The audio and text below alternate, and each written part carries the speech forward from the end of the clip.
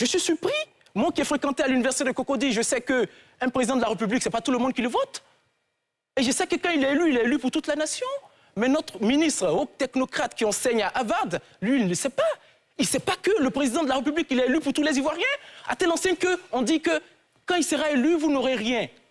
Mais vous voyez, mais c'est parce que le président de la République, quelque part, il est président du RATP et président de la République. Il crée la confusion même dans l'esprit de ses partisans. Alors je pense, on vous a laissé vous exprimer, oui, et on vous a bien compris, cependant, oui. Je pense que la parole d'un haut cadre d'un parti politique n'est pas forcément la vision du président de la République. Mais jusqu'ici, il n'a pas encore été sanctionné. Parce que vous-même, vous avez rappelé une des pensées du président de la République, je crois en 2010, sur sa volonté de lutter contre les cumuls de postes et autres. Donc ça, je pense qu'on devrait pouvoir établir la nuance. Depuis un moment, Mohamed Nour réclame la parole. Avant qu'il ne prenne la parole, s'il vous plaît, oui. Mais je voudrais dire que je crois au président de la République. Je crois en sa vision de rassembleur. Et j'espère bien peut-être qu'il n'avait pas encore eu écho de cette vidéo, de ce qui s'est passé dans la mai. Mais j'espère qu'il va prendre ses responsabilités et sanctionner ce ministre de la République. Parce que ces contraires, ce sont des propos graves. Le président de la République, il est élu pour tout le monde. Et en disant à des gens que s'il est élu, vous n'aurez rien. Mais c'est gravissime.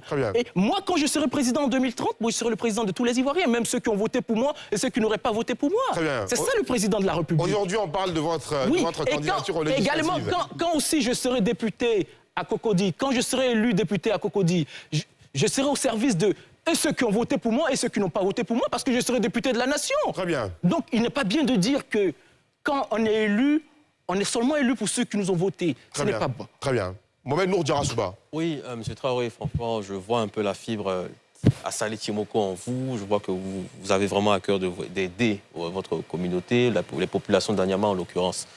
Et j'ai une question d'ailleurs, quand on parle d'ADCI, parce que vous êtes aussi un militant de l'ADCI. Tout à fait.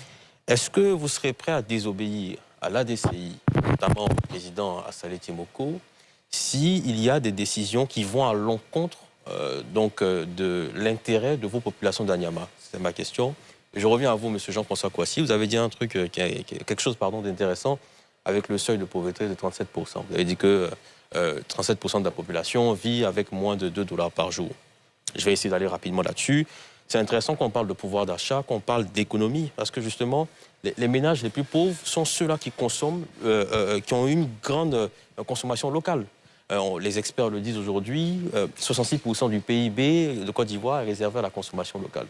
Pourquoi je vous parle de cela? C'est que quand on parle aussi de pouvoir d'achat, on parle de SMIC.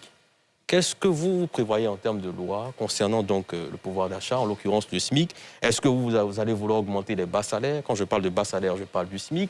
Parce que vous le savez, une augmentation de salaire, c'est une augmentation aussi du carnet de commande. Quand je parle de carnet de commande, c'est-à-dire aujourd'hui, la femme qui vend du poisson, ses commandes vont augmenter, donc cela va a fortiori stimuler la croissance, etc., etc. Donc est-ce que vous allez proposer une augmentation du SMIC? Si oui, comment cela va s'orienter? Vous avez aussi des mécanismes, etc. Très bien. Je pense qu'on va commencer par M. Traoré. Traoré Youssouf Olivier. Merci beaucoup pour la question. Nos populations souffrent de ce problème-là. Un député, lorsqu'il est élu, avec une bannière politique, il doit oublier sa bannière. Il est élu par le peuple et pour le peuple. Il doit donc défendre les intérêts de son peuple, y compris quand son parti politique ou son mouvement d'origine prend des décisions qui vont à l'encontre du peuple. Le député doit être courageux. Mais je ne pense pas que le président Saleh Timoko prendra des décisions qui vont à l'encontre de la Cela peut arriver. Et même si cela arrive... Est-ce que vous allez désobéir? C'est ça ma question. Moi, j'ai été élu par les Agnamalais, par les habitants d'Anyama. Leur intérêt prime sur tout. Si demain les Agnamalais disent on ne veut pas de toi comme, on va dire... on ne veut pas de toi par rapport à telle chose, telle ou telle chose, mais obligatoirement, on est pour la population d'Anyama. Très bien. On travaille pour la population d'Anyama. Très bien, c'est bien entendu. On va permettre à Jean-François Kouassi de répondre avant de revenir à vous. Jean-François Kouassi.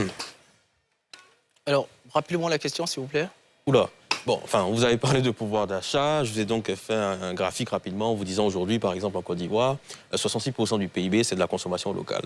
Donc, consommation intérieure. Et aujourd'hui, vous avez parlé du fait qu'il y a 37% de la population qui vit avec moins de $2 par jour, en l'occurrence 1000 francs. Et quand on sait que la majorité de ces ménages-là qui vivent avec moins de $2 par jour, la majorité de leur revenu est concentrée justement à la consommation locale. Donc est-ce que vous, derrière, vous allez proposer une augmentation du SMIC pour pouvoir relever donc le pouvoir d'achat? Et que je l'ai expliqué tout à l'heure, augmenter les bas salaires, notamment le SMIC, c'est aussi augmenter les carnets de commandes des différents vendeurs. Donc en gros, qu'est-ce que vous allez faire pour pouvoir augmenter le pouvoir d'achat? Alors, à ce propos, merci beaucoup. Vous savez, nombreux sont ces jeunes qui m'ont appelé, qui m'ont contacté, notamment les jeunes qui travaillent dans le domaine de la sécurité, ces jeunes qui travaillent dans les zones industrielles, etc., dans des conditions très difficiles, qui m'ont appelé, qui m'ont fait une confidence. Même le salaire minimum interprofessionnel garanti n'est pas respecté. Et ces jeunes qui travaillent dans le domaine de la sécurité, qui font du gardiennage, etc., mais ils ne sont même pas déclarés à la CNPS. Ni ceux-mêmes qui travaillent aussi dans des zones industrielles, dans des conditions très difficiles. Donc, moi, je souhaiterais à ce propos qu'on soumette une proposition de loi qui fait obligation à ces employeurs de les déclarer non seulement à la CNPS, mais de respecter déjà dans un premier temps le salaire minimum interprofessionnel garanti. Mais ma question, c'est le SMIC. Oui. Allez-vous l'augmenter ou pas? J'en viens à votre question. Déjà, dans un premier temps, qu'on respecte déjà ce qui est là. Parce que pour qu'on augmente, il faut que ce qui est là soit respecté. Ce n'est même pas respecté déjà. Très bien. Et dans l'évolution, on va proposer une autre loi pour qu'on l'augmente. À combien? Mais pour qu'on l'augmente conformément au niveau de vie. Aujourd'hui, le loyer moyen ici, il est de combien? Aujourd'hui, moi j'habite Cocody aujourd'hui.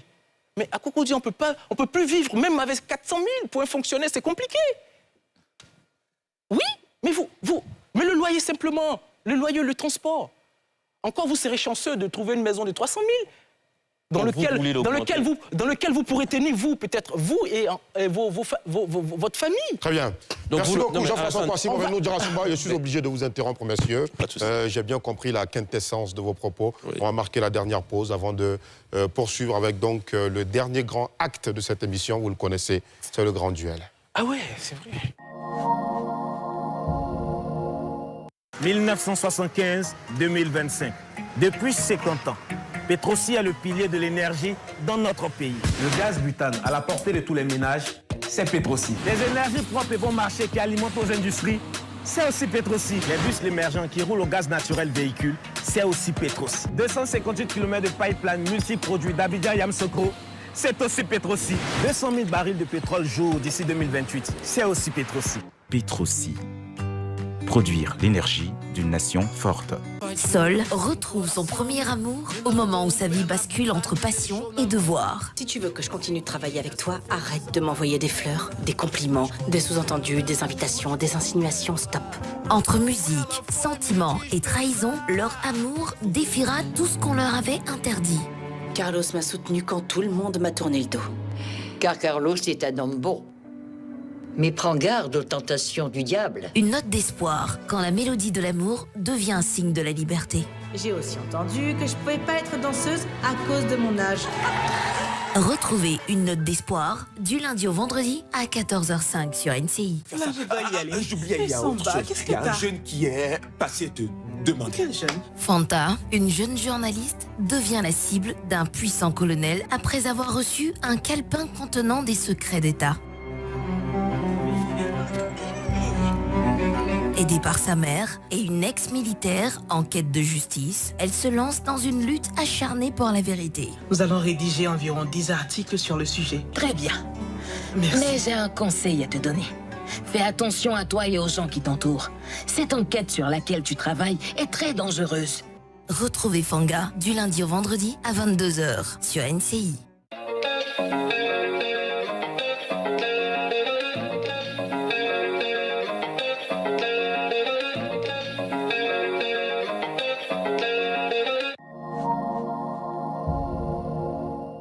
Petrosi. Produire l'énergie d'une nation forte. Et nous voilà donc ainsi arrivés au dernier grand acte de cette émission, le grand duel.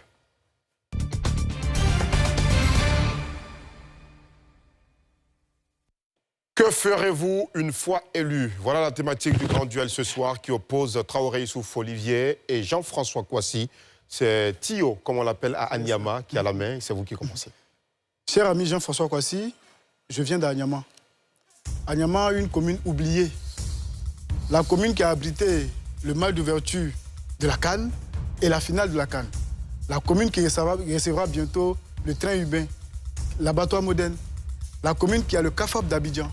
La commune où il y a la Y4 qui passe. Mais Jean-François Kouassi, cette commune-là, une commune du district autonome d'Abidjan, il y a encore des peuples, il y a encore des populations qui n'ont pas d'eau potable dans leur robinet. Oui. Il y a encore des quartiers où il n'y a pas d'électricité.